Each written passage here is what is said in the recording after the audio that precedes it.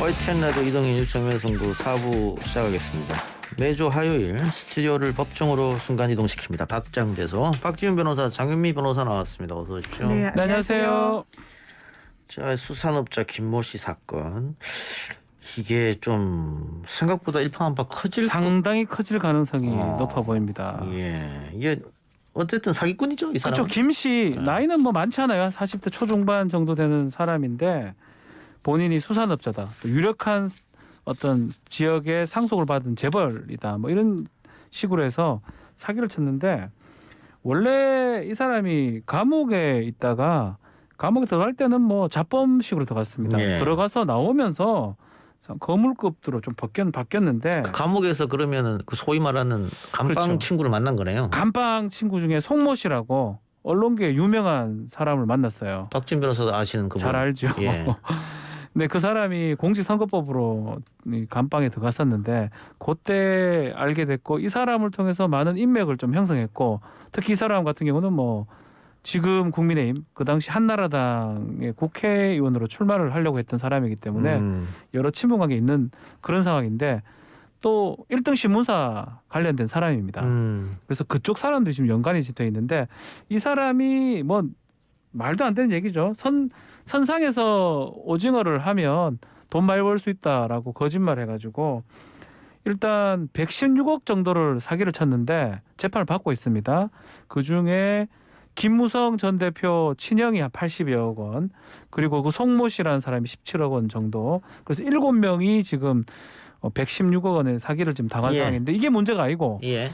여기서 많은 뭐 정관계 유력 인사들이 지금 등장하고 있는 상황입니다. 그러니까 116억을 사기로 편취를 해서, 사실 자기는 뭐 오징어 사업도 하지 않는데 한다고 거짓말 치고 편취를 해서 그 돈으로 자신은 뭐 슈퍼카를 사는 등 재력을 가시하고, 또 그 돈 가지고 정계 언론계 인사를 만나면서 인맥 가시하고 돈 자랑하고 하면서 뭐 선물도 주고 뭐 그랬던 거잖아요. 그렇죠. 예, 그렇죠. 거기에 지금 뭐 조선일보 전직 기자, 뭐 TV조선 앵커, 뭐 이렇게 지금 또 현직 검사, 현직 경찰 뭐 이렇게 다 연관이 되는 건데, 이 사람이 폭로한 내용을 좀 볼까요?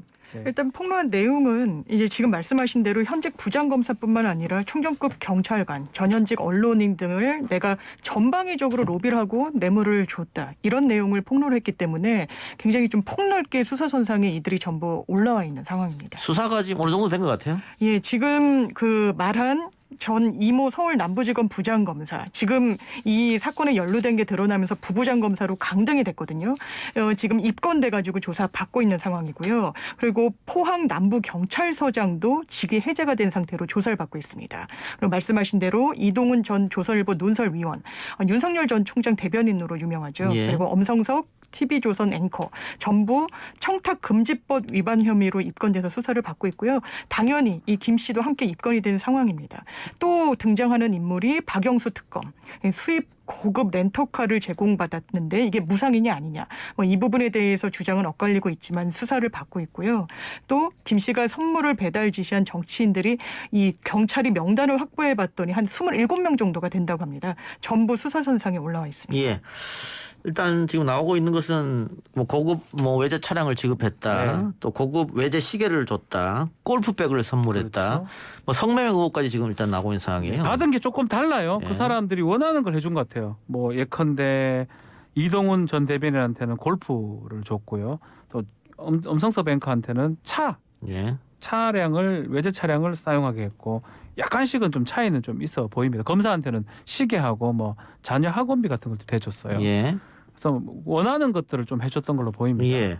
근데 지금 장윤미 변호사 말처럼 뭐 국정원장에게도 자택으로 독도새우 보냈고요. 선물을 보냈다. 네. 홍준표 의원과도 만났다. 네. 뭐 그리고 정봉주 전 의원이 축사를 해줬다. 네. 김무성 전 의원도 축사를 해줬다. 네. 주호영 의원과 같이 사진 찍었다. 이게 계속 어느 선까지 나올 것 같습니까? 지금 박영수 특검 얘기가 나오고 있는데, 예. 박영수 특검 왜 나오느냐, 좀 생뚱맞다는 느낌이 드는데 이유가 있죠. 박영수 특검이 그 송모 씨 공직선거법 위반 변호사 활동을 했습니다. 그래서 송모 씨랑 상당한 친분이 있고요. 아마 송모 씨를 통해서 박영수 특검을 만났던 걸로 보이고, 박영수 특검이 또 포항에 이모 부장검사가 내려간다고 하니까 포항에 친한 사람이 있다면서 김 회장 전화를 연결해 준 거거든요. 그런 걸 봤을 때는 이 정관계 중에 여야 특히 지금 국민의힘 쪽 관계도 있을 뿐더러 특검 쪽도 상당히 좀 연관성이 좀 있지 않을까. 박영수 특검 이렇게 해석이 됩니다. 그러니까 이 박영수 특검이 지금 문제가 된 그 부부장 검사한테 이 사람을 소개시켰다는 그렇죠. 거잖아요. 그렇다는 겁니다. 아, 너 포항으로 내려가는데 내가 포항에 잘 아는 사람이 있으니까 한번 연락해버렸다는 거지 않습니까? 그것도 사실 그 자체도 문제예요. 사실 굉장히 부적절하죠. 네. 예, 현재 검사를 연결해주고 또 이 포항이 본인 고향이라는 거거든요. 이 수산업자 김모 씨. 그러니까 또 포항에 근거를 둔 뭐 지역구 의원들도 계속 연결해서 소개를 받고 전박인적으로 로비를 하고 아마 이 사건이 계속 좀 정치권에는 큰 파장을 야기할 것 같습니다. 이게 사실은 그냥 끝날 수가 없는 게 또 조사가 계속 되는 게 이른바 김영란법 때문이에요. 부정청탁법은 아주 단순합니다. 우리 국민들이 뭐 이제 자주 알고 계시겠지만 100만 원을 넘기냐 안 넘기냐가 중요한 거를 이미 봤지만 1회 100만 원이 넘어가면 대가성 여부를 따지지 않습니다. 예. 공무원 언론인이 다 해당됩니다. 또 1년에 300만 원이 넘어버리면 범죄가 되거든요. 이게 되기 때문에 예전 같으면 대가성을 따지는 과정에 시간이 꽤 오래 소요되는데 필요 없이 돈이 전달됐던 거, 금품이 전달됐던 것만 확인이 되면 입건이 가능하거든요.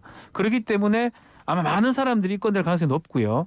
그리고 거기서 대가성이 또 확인된다면 이거는 게이트로도 갈 가능성이 있다고 봅니다. 그건 뇌물이니까요. 뇌물이 되는 예. 거죠. 네. 자, 근데 정치인, 언론인 다 김영란법 위반 소재. 그렇죠. 한 번에 100만 원? 1년에 300만 원. 네. 네. 혹시 저도 포함됩니까? 저도 언론인에 들어갑니까? 아니요, 그건 아무것도 아니에요. 받으라는 뜻은 아니고요. 정식 언론인에 대한 아, 저는 정식 언론인이 아니고. 저나 뭐 이 작가나 뭐 예. 해당 사항, 변호사는 해당 사항 없고요. 예, 예. 알겠습니다.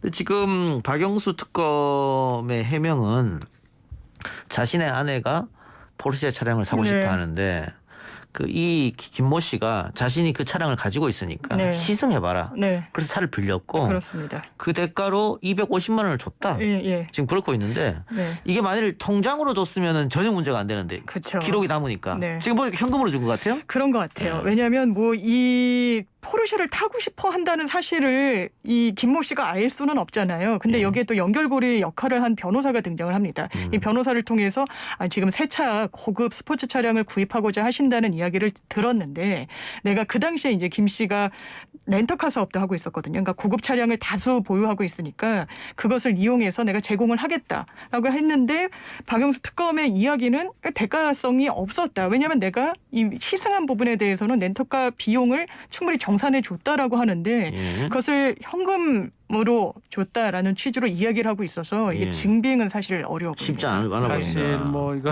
이렇게 변명을 하죠. 통상은 돌려줬다라고 뭐 뇌물이든 뭐든 간에 어쨌든 간에 큰 돈이죠. 그러고 뭐 부인이 포르쉐를 타고 싶다 해가지고 그걸 태워주는 모르겠습니다. 뭐 사랑꾼일 수 있겠지만 사실 좀 납득하긴 좀 어렵죠. 사실상 또 박영수 특검이 사실 평이 좋지 않습니까? 국민들한테 상당히 좋은 이미지를 갖고 있는 사람이고 뭐 매사 하나하나 조심하는 스타일로 알려져 있는데 이렇게 쉽게 또 했다라는 부분 또 이게 현금으로 이렇게 돌려줬다는 게 해명 입증이 될지 부분하고 또 이 정도라면 당시 특검팀에 검사들이 많이 윤석열 총장 비롯해서 많이 예. 있었어요. 예.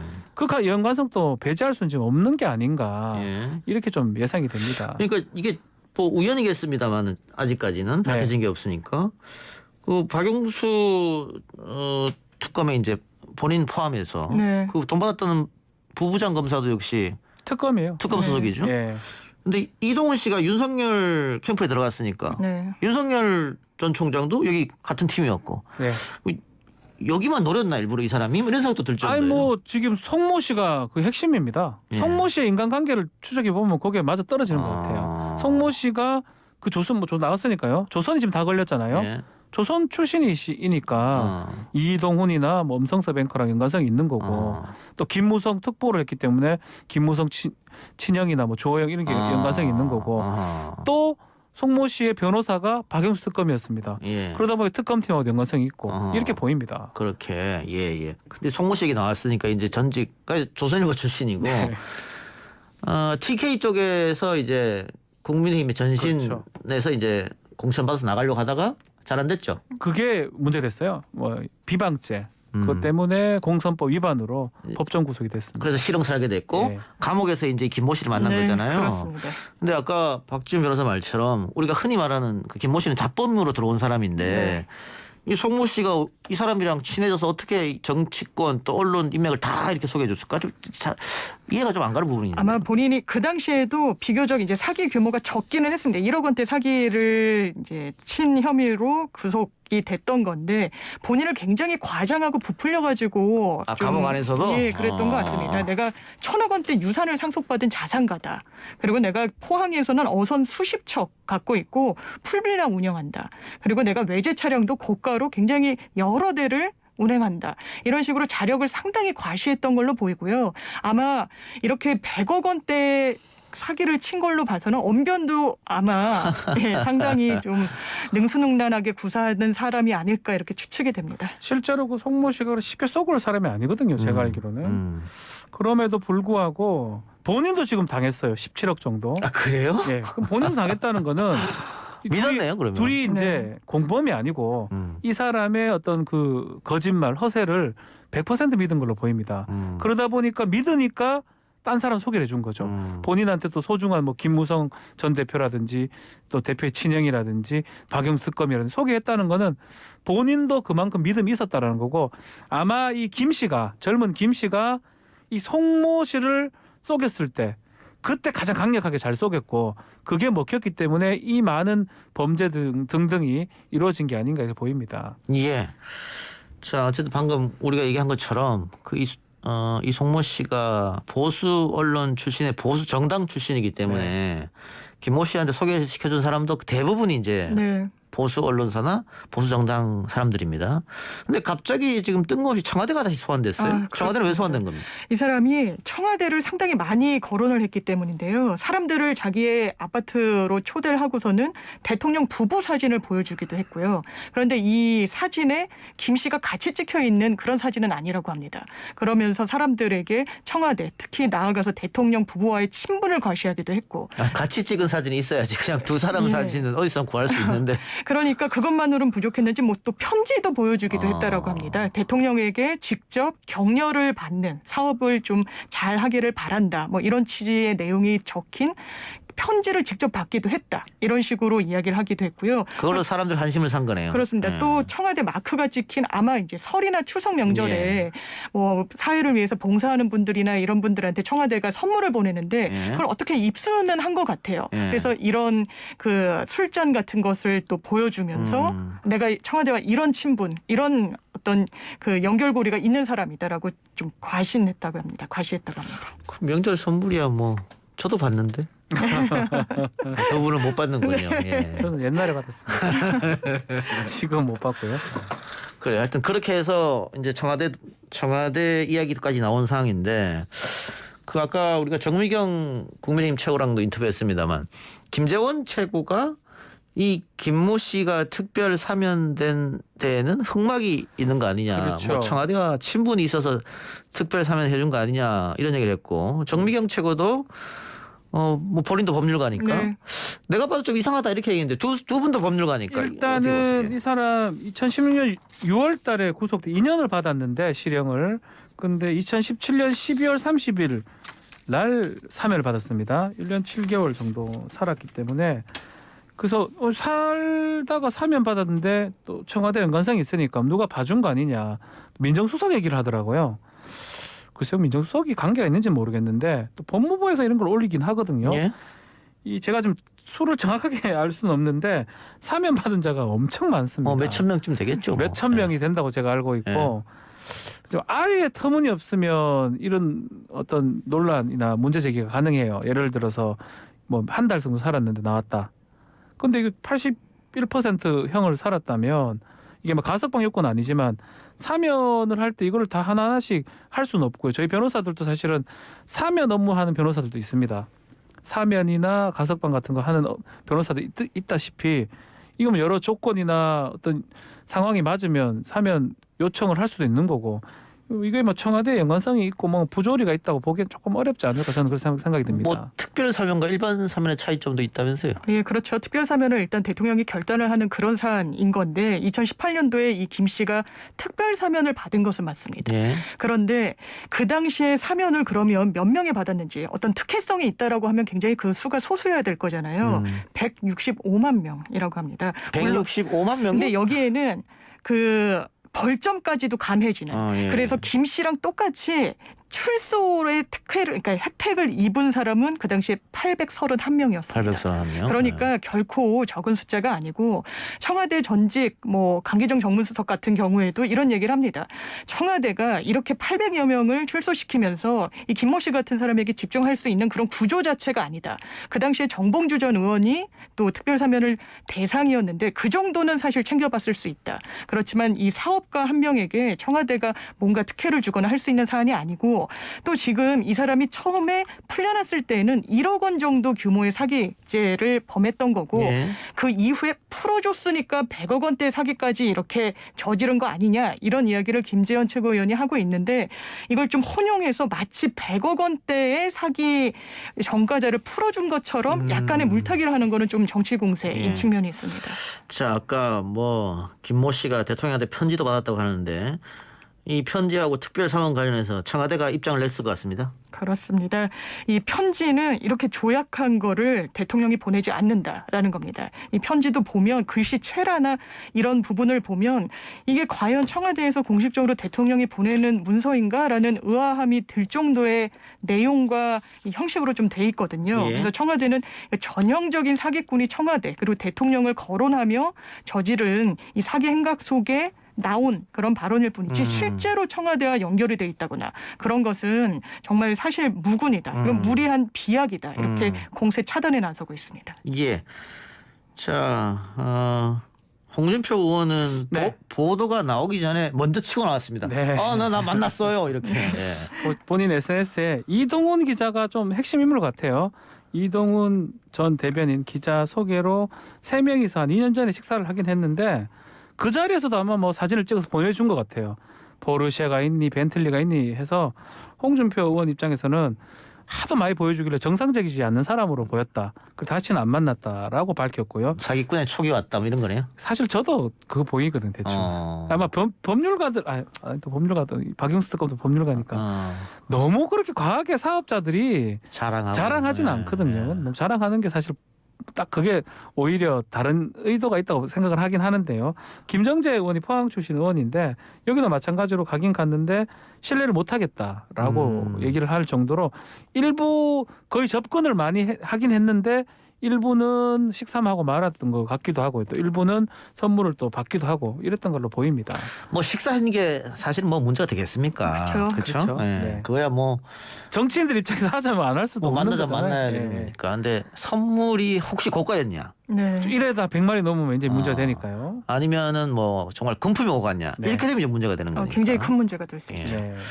앞으로 이 김모 씨의 폭로가 더 나올 가능성이 있습니까? 저는 지금 조사를 하고 있다 하거든요. 명단을 지금 확보했다 그러고 이게 단순한 어떤 선물 공세였으면 부정청탁법 이른바 김영란법만 문제가 되는데 지금 그 많은 수익을 얻었는데 그 수익이 어디로 갔는지는 지금 알 수가 없어요. 아하. 116억 원 이상을 얻었겠죠. 그게 혹시나 뭐 다른 쪽으로 전달됐거나 다른 데 쓰기 위해서 많이 갔다 그러면 이제 게이트로 갈 수도 있는 상황이고 또 지금 뭐 보도에 따르면 풀빌라 이런 데서 성접대 같은 것도 했다고 합니다. 예. 그게 뭐 진실이라면 이거는 뭐 일파만파 커질 가능성도 배제할 수 없고 그 관련된 사람들은 상당히 정관계 아니면 언론계에 유력한 사람일 것이다라고 생각이 듭니다. 예. 자, 근데 관련해서 경찰은 직위해자 당했는데 그 부장검사는 부부장검사 강등됐어요. 강등됐잖아요. 한 단계 깎였습니다. 그럼 검사직은 계속 하는 거예요? 아마 일은 하고 있는데 아마 보직 자체를 정확하게 수행을 하지 있지 않는 걸로 지금 알려져 있고 글쎄요 뭐 곧 좀 조치를 당하지 않을까 생각이 됩니다. 예, 알겠습니다. 좀 지켜보고요. 네. 국민의힘 이준석 대표의 여동생 정신과 의사라고 알려져 있는데 그렇죠. 시민단체 고발당했습니다. 자, 이 여동생 A 씨를 시민단체가 서울경찰청에 고발을 했는데 기본적으로는 의료법 위반입니다. 의료법상의 의사는 자신이 취득한 의료상의 비밀 정보를 누설할 수 없도록 돼 있는데 그것을 누설했다는 거. 또 형법상의 그 업무상 비밀 누설죄 성립합니다.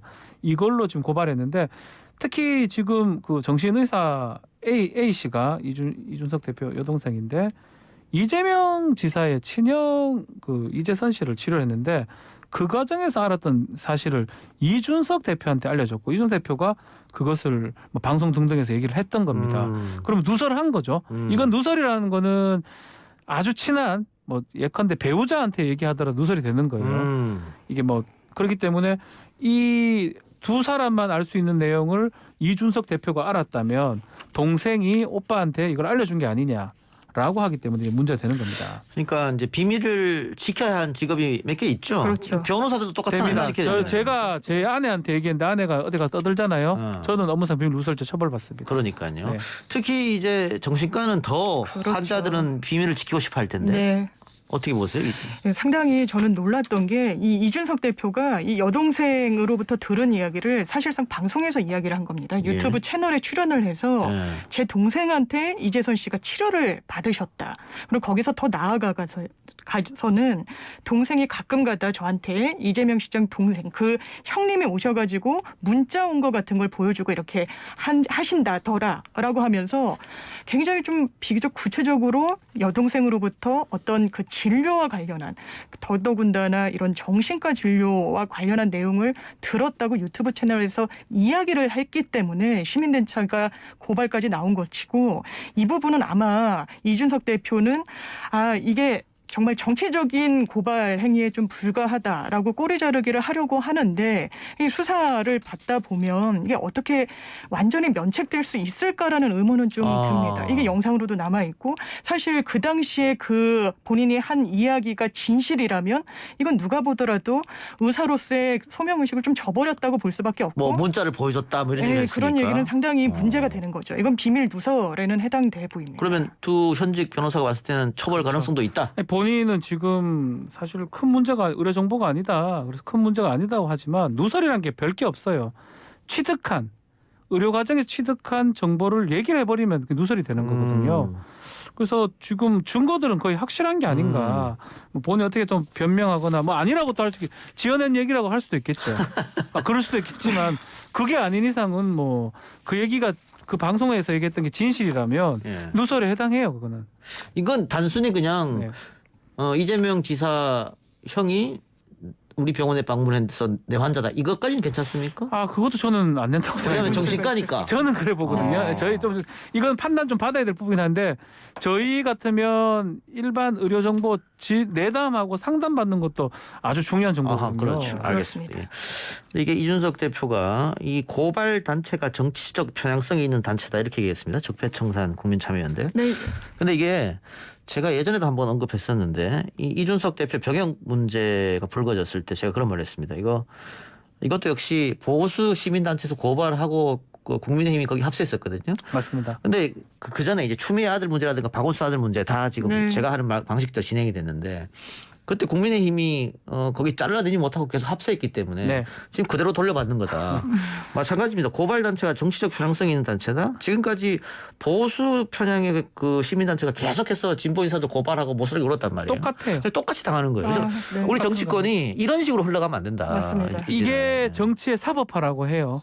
결국은 그렇죠. 정치가 제대로 되지 않고 결국 다 법정에 가야 그렇죠. 됩니다. 이런 문제가 있다. 예. 이 차제 이런 건 정치권에서 좀 얘기를 좀 나눴으면 하는 생각이고요. 네. 두 말씀 오늘 여기까지 듣겠습니다. 수고하셨습니다. 네, 감사합니다. 감사합니다.